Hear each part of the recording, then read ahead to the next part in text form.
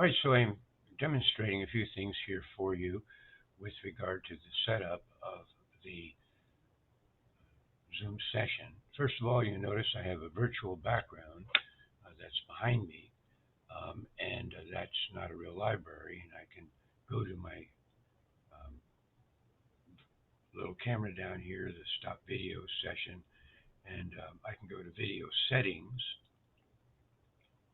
and then I can turn the virtual screen off. So I've got an option here that is showing up on my screen called Backgrounds and Filters, and I pick None, and then you see I have a green screen there.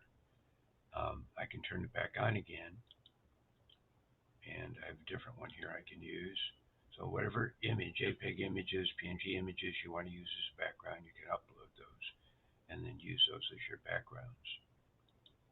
Generally in the legal environment, something like this is sort of out of focus, doesn't call too much attention to itself, and is more professional looking, would be better than perhaps an outdoor scene.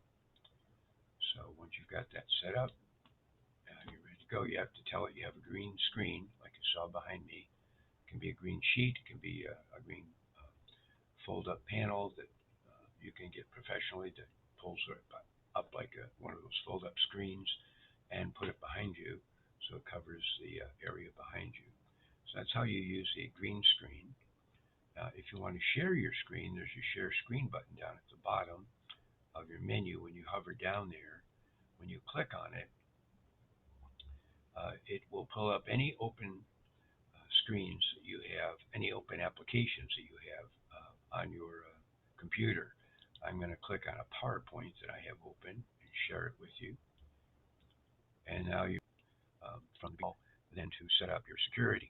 So this is all about what are called waiting rooms. The waiting rooms make it so that you know when someone's logged in, but they actually can't talk, they can't see anything until you over here admit them to the room. And then if you see someone that shouldn't be there, you can remove them from the login process, and then they won't be able to log back in again to that particular session. In order for anyone to get into your session, you can give them a meeting password when you set up security. This is like the copy. This is for copying your invitation that you're going to maybe email to them.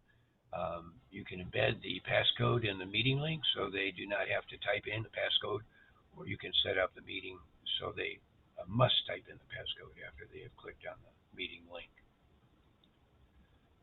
And then obviously it says this meeting is for authorized attendees only.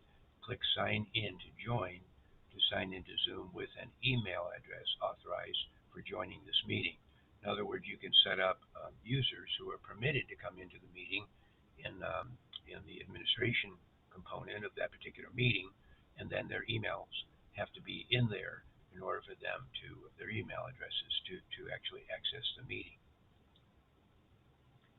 The authentication configuration, you give a name for users to know. This is the authentication, so sign into Zoom with the specified domain. They have to be coming from a specified domain. Sign into Zoom with the following specified domains. So you can put in what domains that they are going to be logging in from. Another tip, use waiting rooms, passcodes, and authentication all together at the same time if you're concerned about level of security. And so here is the setup screen where you can change your passcode to whatever you want to change it to. You can click these little square boxes, check. Most of the time, if I'm having a meeting and I'm not sure who's going to be coming, I'm going to put everyone will go in the waiting room. And then the webinar passcode will be generated automatically when you're scheduling the webinar, and then you can change that if you'd like to whatever you feel comfortable with. You can also require a passcode for participants joining by phone.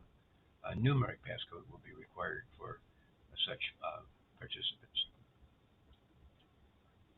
And then participants need to be authenticated prior to joining the meetings.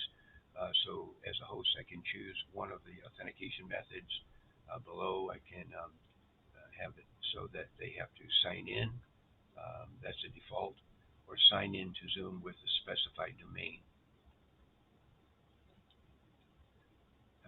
can give a name for users to know this authentication. They can sign into Zoom with a university domain. They can sign into Zoom with the following specific domains. You can type whatever domains that they're using. And then this is what it will look like when you allow them to come in. You notice that the microphone has a slash through it.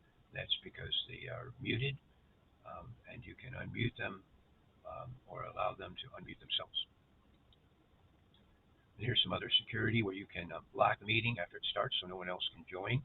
You can hide profile pictures, allow them to share screens, chat, rename themselves, unmute themselves, or take those off if you don't want them to be able to do those things. Once you lock that meeting, no one else can join. You also have the ability over here to remove a participant. When you click on that participant, you can click remove. If they have become surly or something in the meeting, whatever, you can remove them. You can also suspend all participant activity. So everyone's video and audio will be turned off, screen sharing will be stopped, chat will be disabled, and the meeting will be locked when you click on that option to suspend participant. And all activities when you think something's really gone wrong with the meeting. So that is how you present a PowerPoint using Zoom. And you notice your screen video shows up, and you can move that around where it will be out of the way.